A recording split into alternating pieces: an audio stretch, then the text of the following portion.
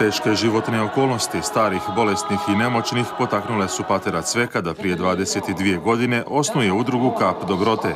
S vremenom je Kap prerasla u more dobrote. Sigurno koliko god je važna ova materijalna pomoć, još više pomoć taj ljudski odnos čovjeka prema čovjeku. Čovjek je društveno biće i kao tako on nužno osjeća i potrebu za jednim drugom osobom koje će ga moći razumjeti, razgovarati, saslušati i tako. Privukla me i zaljubila sam se u program patera Cveka, pomoć starim, bolesnim i nemoćnima.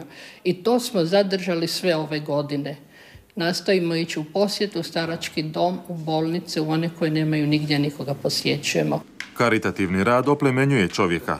Ispunjava me, pogotovo kad čovjek nema posla, onda ne može samo doma sjediti i čeka da se nešto dogodi, nego ovako ide onda okolo, radi šta može. U rad udruge uključuju se i mlađi naraštaji. To smo, ja i prijatelj, krenuli smo slagati drva, jednoj baki i jednom paru bračnom. I tako smo počeli i onda smo počeli i u Zagorje smo išli cijepati drva jednom djedu. Skupljamo hranu za koji nemaju hranu i potrepštine higijenske i drugi su se učenici isto uključili, škole isto druge. U povodu Dana udruge dobročiniteljima su uručene medalje i zahvalnice. Sa udrugom surađivam neki godinu i pol dana i pomažem materijalno u hrani, oni se meni jave kakva im je potreba, onda ja idem, kupim hranu, dovezemo tu i onda se dalje razvozi ta hrana. Većinom u hrani, u materijalnom pomažem. Nažalost, svijest o volonterskom djelovanju u hrvatskom društvu nije dovoljno razvijena.